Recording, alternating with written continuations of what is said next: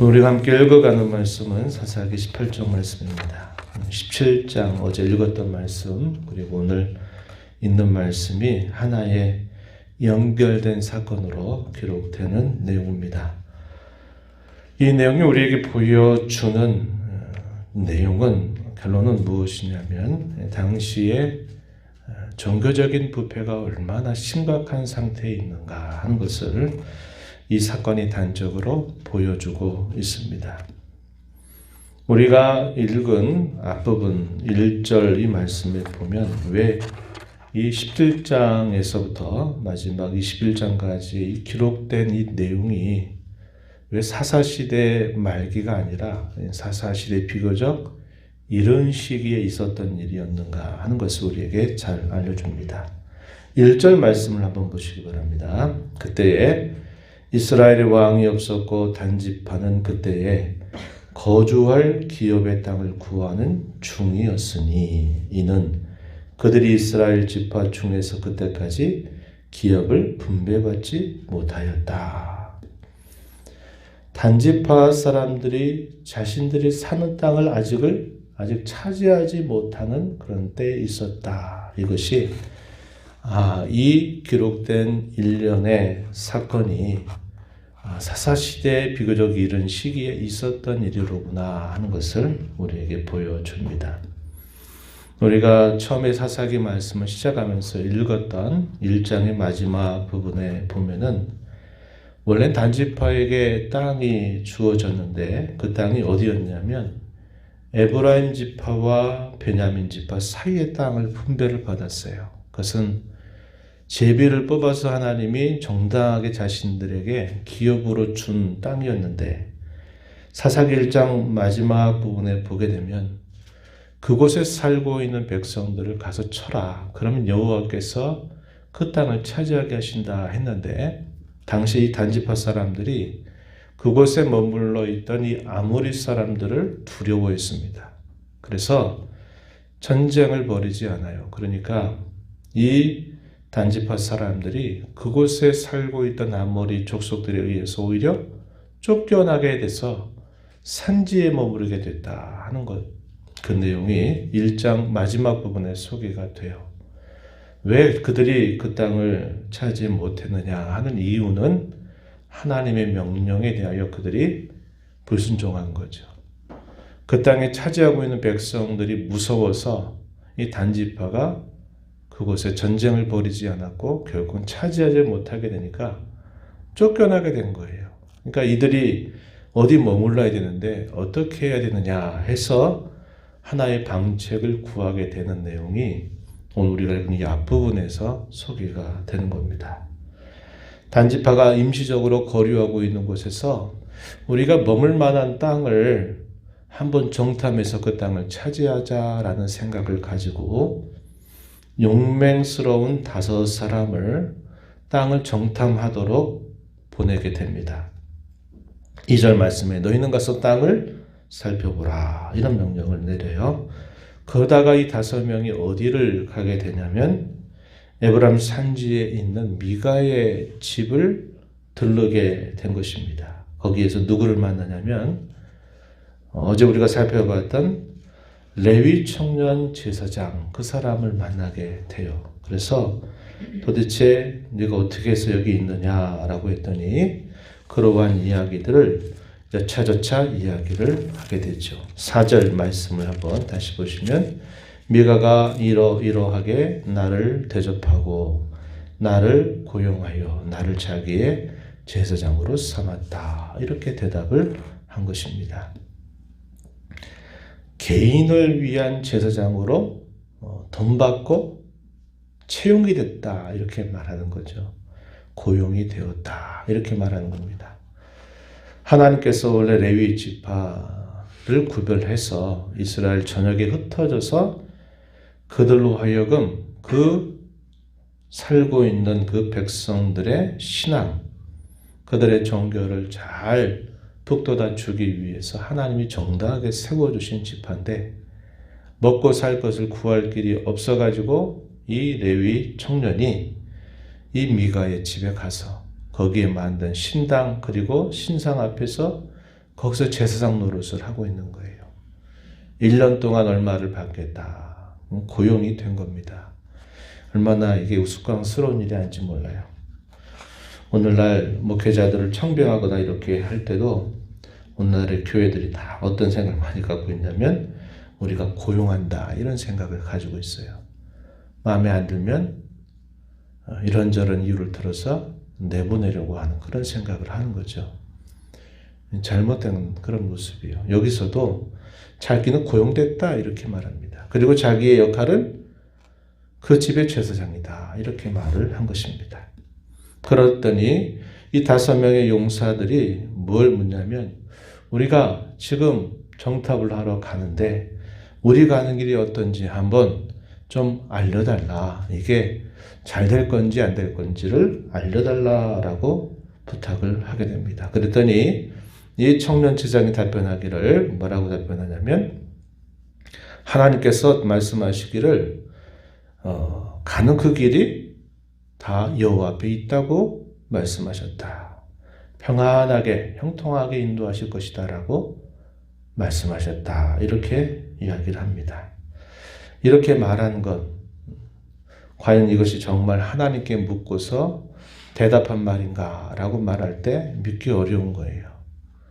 왜냐? 이 청년 제사장의 경우가 자기 후구지책으로 자기가 해서는 안 될 그런 일을 서로 거래해가지고 그런 일을 그가 하고 있는 것이기 때문에 하나님께서 그의 입술을 통해서 말씀하신 것이 하나님의 뜻이라고 확언할 수가 없어요. 그러나 당시에 찾아왔던 이 사람들도 역시 비슷한 수준이죠. 그렇게 말했더니 그런 줄 알고 이제 그곳을 경유해서 이제 땅을 찾아보게 되는데 어디를 도착하게 되냐면 라이스라고 하는 지역을 그들이 정탐하게 되는데 그 땅이 굉장히 평화로운 백성들이 살고 전쟁을 모르는 백성들이 살고 보기에 부족함이 없는 좋은 땅을 차지하고 있는 것을 보고서는 옳거니 잘됐다.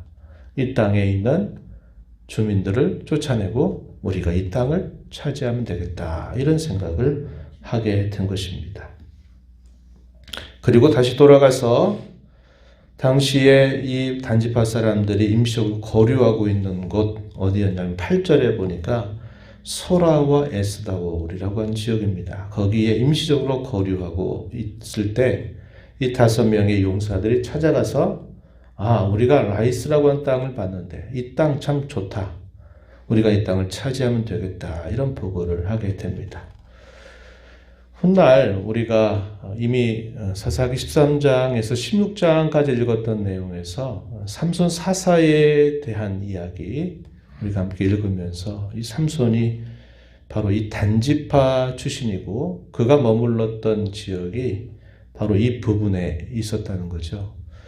그러니까 우리가 시간적으로 정리해 보면 이 단지파 사람들이 그곳에 임시적으로 거류하다가 라이스라고 하는 땅을 찾아가서 그 땅을 물리치고 자기들이 그 땅을 차지하게 되었고 훗날에 마누아라고 하는 이 지파 출신의 사람은 아마도 거기에 머물러 있다가 거기에서 삼손을 낳게 되고 그 삼손이 거기서 사서로 활동하게 되는 일이 있었다 하는 것을 우리가 정리해 볼 수 있게 되는 겁니다. 그리고 나서는 600명을 데리고서 이제 그 땅을 치러 올라오는데 어디를 또 들르게 되냐면 이 미가의 집을 들르게 됩니다. 그래서 만났던 그 청년 제사장과 또다시 이야기를 하고 그곳에 있었던 모든 신상들, 에봇과 드라빔을 강제적으로 탈취해서 그것을 가지고 가는 거예요.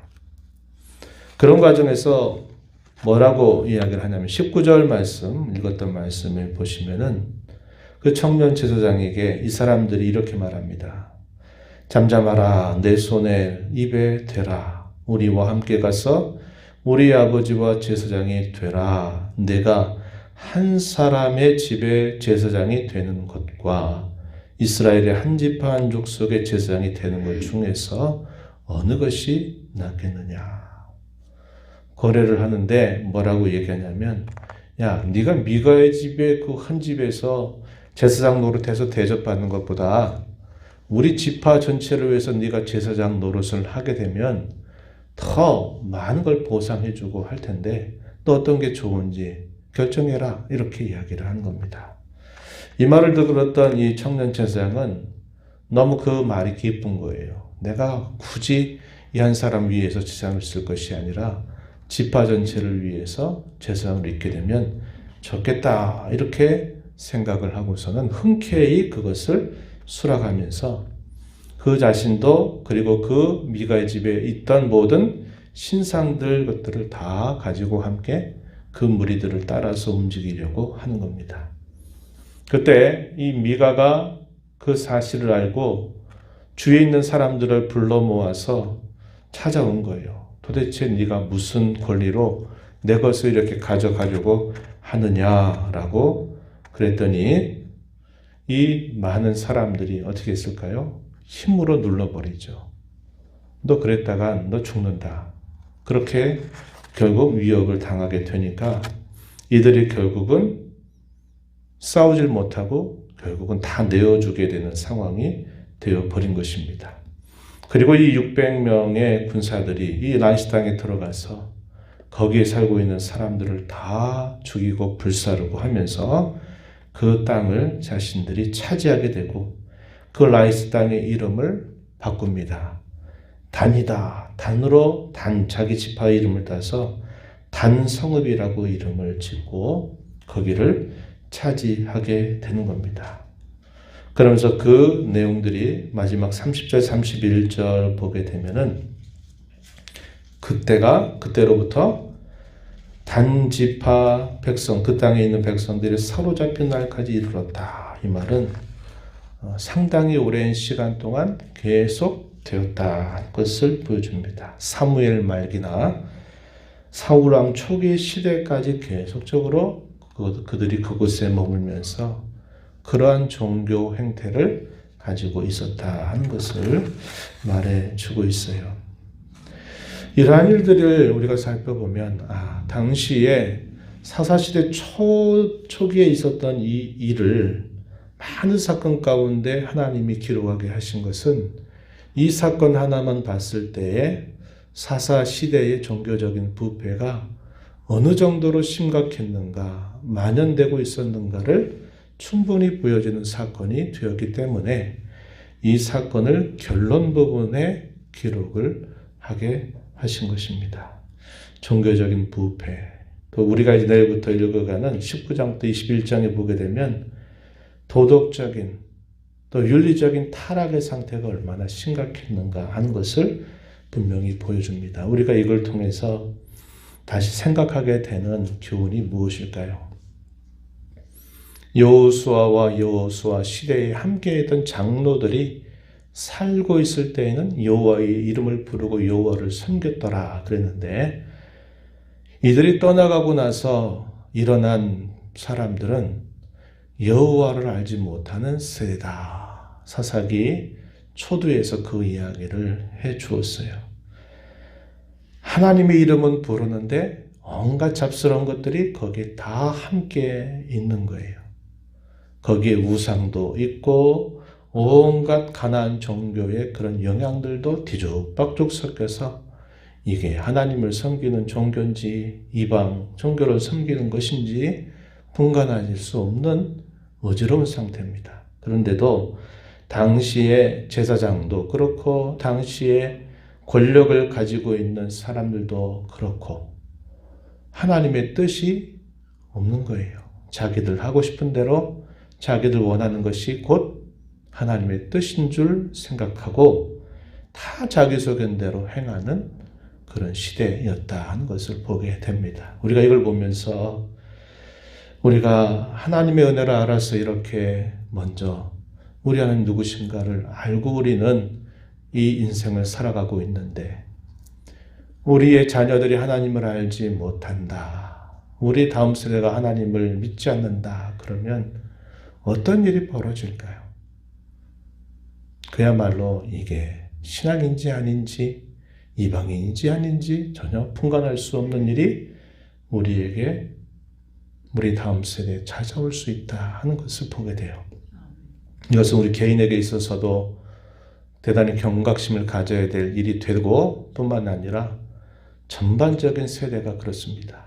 유럽 사회가 기독교라고 하는 이 종교를 이렇게 어떻게 보면 잘 성장시켜서 아시아 쪽으로 이 복음을 잘 건네주었는데 지금 유럽 사회는 교회당들이 다 문을 닫고 하나님을 섬기는 그 신앙에서 너무나 멀어져 버렸어요. 안타까운 일이죠. 우리 대한민국도 지금 한 140여 년의 역사를 가지고 있지만 이미 80년대가 끝나가면서 마이너스 성장이고 또 교회가 이런저런 사회적인 일들 속에서 좋은 영향력을 발휘하는 게 아니라 좋지 못한 그런 모습을 보이게 되면서 우리 다음 세대들이나 또 사회적인 이런 이미지가 참 많이 떨어져 버린 그런 때를 살아가요. 그래서 우리 같은 경우에도 우리가 지금 잘 기도하고 준비하지 않으면 머지않아서 그야말로 불신앙적인 그런 나라가 될 수 있다 하는 이 위험 앞에 우리가 놓여 있는 겁니다. 이게 말세의 현상이다 이렇게 볼 수도 있겠지만 지금 우리가 심각하게 기도하고 준비하고 조심해야 될 부분이 바로 여기 있다는 것을 우리는 기억하고 먼저 우리가 부름받은 이 은혜를 감사하면서 하나님을 섬기되 하나님의 뜻에 맞는 그 신앙생활을 하도록 적당한 선에서 안주하거나 적당한 선에서 타협하는 신앙이 되지 않도록 이게 하나님의 뜻이라면 내가 비록 그렇게 살지 못하더라도 그 뜻을 향하여 내가 살아가도록 늘 기도하고 나 자신을 그렇게 따라가도록 힘을 기울여야 된다는 겁니다. 그래서 이 신앙을 하나님 앞에 잘 지켜가는 노력을 기울이는 것과 동시에 우리의 다음 세대, 우리의 자녀 손들에게 이 신앙을 잘 되물려주는 그런 하나님의 은혜를 간절하게 구하면서 우리가 오늘을 살아가야 됨을 배우게 됩니다. 이러한 교훈들을 우리 마음에 잘 새기면서 오늘뿐만 아니라 늘 하나님 앞에 기도하고 우리 자신을 세워나가는 저와 여러분이 되기를 진심으로 바랍니다. 하나님 아버지 감사합니다. 이 새벽 시간에도 저희들을 불러주셔서 오늘도 하나님 앞에 저희들을 세우시고 또 말씀을 듣게 하시며 받은 말씀을 따라서 또 하나님 앞에 간절하게 기도하며 또 저희의 피로 아뢰미 이 하루를 시작하게 하셨사옴을 감사드립니다. 말씀을 통하여 여호와를 알지 못하는 세대가 일어나게 되면서 하나님을 섬기는 것인지 이방신을 섬기는 것인지 그게 하나님의 뜻인지 그것이 자기 뜻인지조차도 분간하지 못하는 종교적인 부패가 그 시대에 얼마나 만연되었는가를 저희가 살펴보게 됩니다. 오늘 저희가 살고 있는 이 시대를 이 말씀을 통하여 잘 비추어 보아 먼저 구원받은 은혜를 감사하는 저희들은 하나님의 뜻에 늘 부합되도록 힘써 행하게 하시옵고 우리의 다음 세대 아직 믿지 않은 우리의 이웃들 우리의 가족들에게 이 신앙을 잘 되물려 주는 일을 위하여 기도하고 또 애써 살아가는 저희들의 삶이 되게 하시기를 바라옵나이다. 은혜의 보좌 앞에 나와서 아버지 은혜를 구하는 모든 심령들의 간구를 귀 기울여 주시고 응답하시기를 바라며 예수님 이름으로 기도하옵나이다. 아멘.